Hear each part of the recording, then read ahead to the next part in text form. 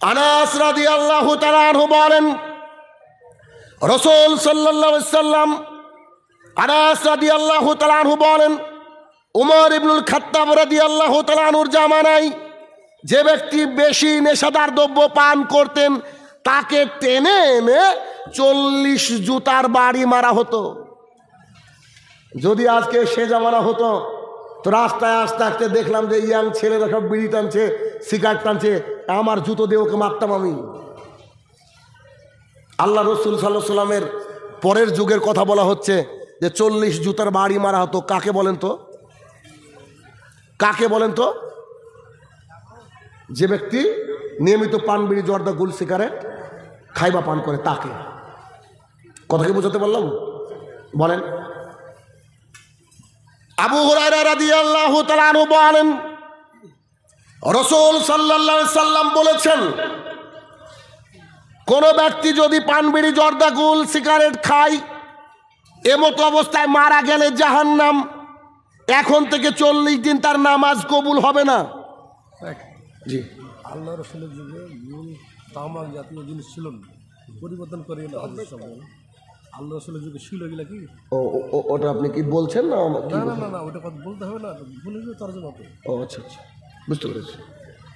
বলেন না, আমি বুঝতে পেরেছি। বলেনি, ওটা বলতে হবে। আমি বলি, পাবলিককে বোঝানোর চেষ্টা করি। পাবলিককে বলে উনি নিষ্পত করছেন না, উনি বলতে চাইছেন যে পান, বিড়ি, জর্দা, গুল, সিগারেট তো রসুলের জামানায় ছিল না, আপনি কেন বলছেন? কথা বোঝেননি তো? পান, বিড়ি, জর্দা, গুল, সিগারেট তো মোহাম্মদ সাল্লাল্লাহু আলাইহি ওয়াসাল্লামের জামানায় ছিল না, কিন্তু নেশাদার দ্রব্য তো ছিল। নেশাদার দ্রব্য পৃথিবীতে যত আসবে সব নেশাদার দ্রব্য মানে ইনটক্সিক্যান্ট, আর ওগুলো হচ্ছে খামার। 1 মিনিট। জি, আপনি কি জর্দা খান? না না, ওটা গুল করেন? খাবেন 1 মিনিট। না না, আপনি করেন কি? না, আমি 1 মিনিট সারা থামবো। বলেন। আল্লাহ রাসূলের হাদিস যখন নিষ্পাত করবেন, জি, পরিবর্তন করবেন না, পরিবর্তন করছি না তো। আমি বললাম নেশাদার দ্রব্য। অনেক মানুষ বুঝবে না নেশাদার দ্রব্য কি, আমাকে তো ভেঙে বলতে হবে না। না না না, আপনাকে ভেঙে বলার দরকার নেই। না, আমাকে ভেঙে বলতে হবে তো, না আপনি কি করে বুঝবেন? না না, অবশ্যই বলতে হবে। না না, আমি বলি অবশ্যই বলতে আমি বাধ্য। তো যদি বলি যে নেশাদার দ্রব্য পান করা যাবে না, তো নেশাদার দ্রব্য কি বলেন একটু তো? পান, বিড়ি, জর্দা, গুল, সিগারেট, তামাক, হেরোইন, আফিং যা আছে সবই তো নেশাদার দ্রব্য। বেশি বুঝছেন না? আমি বেশি বুঝবো কেন? আপনি বেশি বুঝছেন তো। যেটা আল্লাহ আপনাকে কে, না না, আপনাকে এখানে বসিয়েছে কে? আল্লাহ রাসূল। আমি আল্লাহ রাসূল সাল্লাল্লাহু আলাইহি ওয়াসাল্লামের কথাই বলছি হুবহু, কিন্তু আমাকে ভেঙে বলতে হবে না। শব্দ বলবেন না না, নেশার কথা বলেন। না, আপনি কি জর্দা খান? আমি কেন জর্দা খাবো? আপনার এত বাচ্চা কেন? আমি তো বুঝতে পারলাম না। যেটা শব্দ আল্লাহ, আরে আশ্চর্য কথা, আমি আল্লাহ রাসূল সাল্লাল্লাহু আলাইহি ওয়াসাল্লাম বলে কুল্লু মুসকিরিন খামরিন, প্রত্যেকটা নেশাদার বস্তু কি? মদ, তাই তো? আল্লাহ রাসূল বলেছেন, মান কাযিবা আলাইয়া মুতাআম্মিদান ফালিয়াতাবাওয়া মাকাদাহু জান্নাহ। না, ঠিক। আল্লাহ রাসূল বলেছেন যে ধাক্কা মারছেন কেন? আপনি ধাক্কা মারছেন কেন? আপনি আমাকে ডেকেছেন, আমি আসিনি তো। যার ব্যাপারে আল্লাহ রাসূল বলেছেন যে ব্যক্তি আমার প্রতি মিথ্যা অপবাদ লাগাবে ও যেন নিজের স্থান জাহান্নাম বানিয়ে নেবে। আল্লাহ রাসূলের যুগে তামুক জাতীয় জিনিস ছিল না, পুরোই ছিল না। এই সমস্ত আমাদের নতুন হয়েছে। তাই আমি বক্তাকে যে বলবো, আল্লাহ রাসূলের যুগে কোনো কথা নিষ্পাত করলে পরে খুব সাবধান। আল্লাহ রাসূলের সাহাবারা এমন থরথরে কাঁপতেন, কোনো কথা বলতে গেলে বলতে শেষে কামা কালা রাসূলুল্লাহ সাল্লাল্লাহু আলাইহি ওয়াসাল্লাম, আল্লাহ রাসূল এইভাবে কোথায় বলেছেন। এই কারণে আমি বক্তাকে বলবো, হাদিসের যে সমস্ত শব্দ যেরকম ভাবে ব্যবহার হয়েছে আপনি ওইভাবেই ব্যবহার করুন, বেশি বলার দরকার নেই। তাহলে পান, বিড়ি, জর্দা, গুল, সিগারেট হারাম না? ওটা হারাম, অবশ্যই বিলকুল হারাম, হারাম। কিন্তু যেটা আল্লাহ রাসূল শব্দ ব্যবহার করেছেন ওই শব্দ ব্যবহার করুন। জর্দা, খৈনি, গুল আল্লাহ রাসূলের জামানায় ছিল না? অবশ্যই জর্দা জাতীয় জিনিস, তামাক জাতীয় জিনিস একবারে হারাম। আল্লাহ এটা তাইয়্যিবাতকে হারাম করেছেন, খাবাইশকে হারাম করেছেন। ওটা খাবাইশের মধ্যে পড়ছে, হারাম, অবশ্যই হারাম।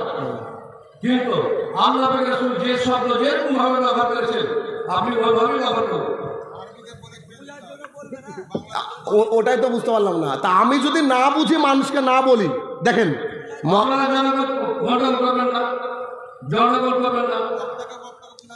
আপনি বক্তাকে আমি ওটাই বলছি, পান, বিড়ি, সিগারেট আল্লাহ রাসূল বলেছেন এরা খেলে করে নামাজ কবুল হবে না, এটা আল্লাহ রাসূলের শব্দ নয়।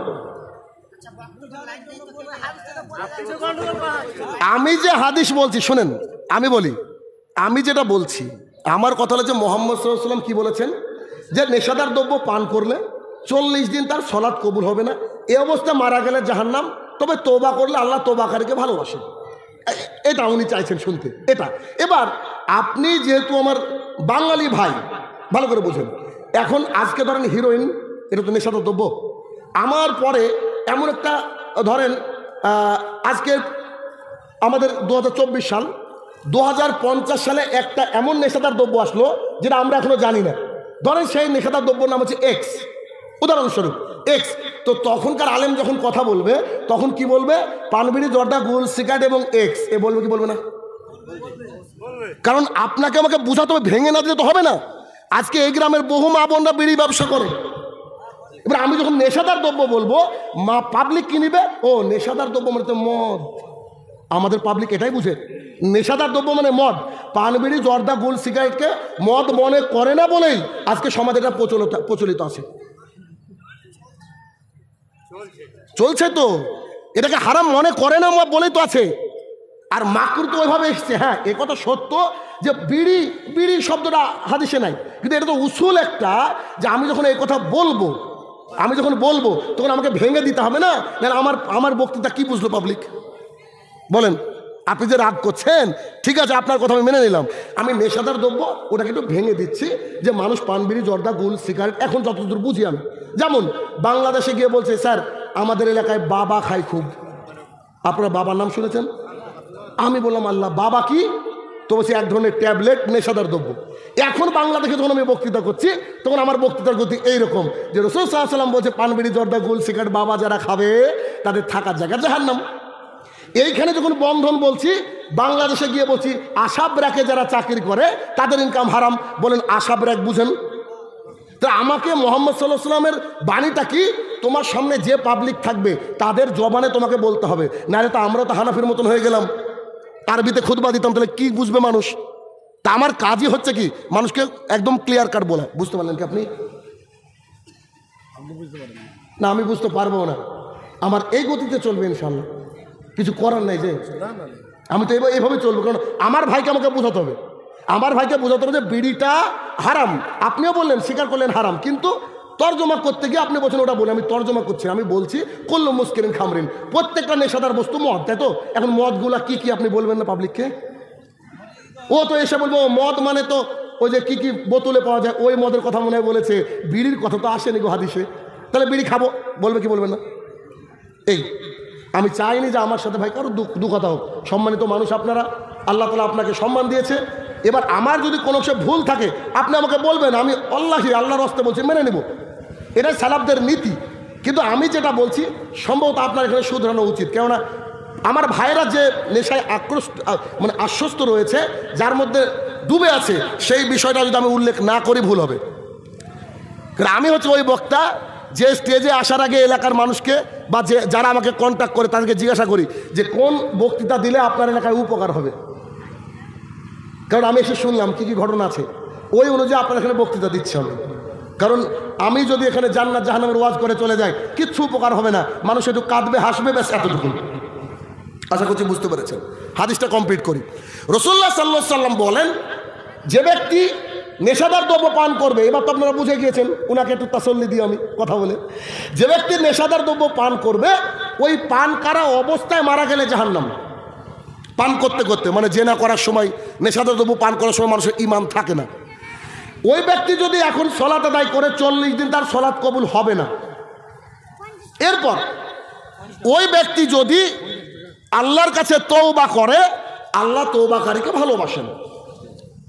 রাসূলুল্লাহ সাল্লাল্লাহু আলাইহি ওয়াসাল্লাম বলেন, কিছুদিন পর আবারও ও নেশাদার দ্রব্য পান করেছে, খেয়েছে, এখন মারা গেলে জাহান্নাম।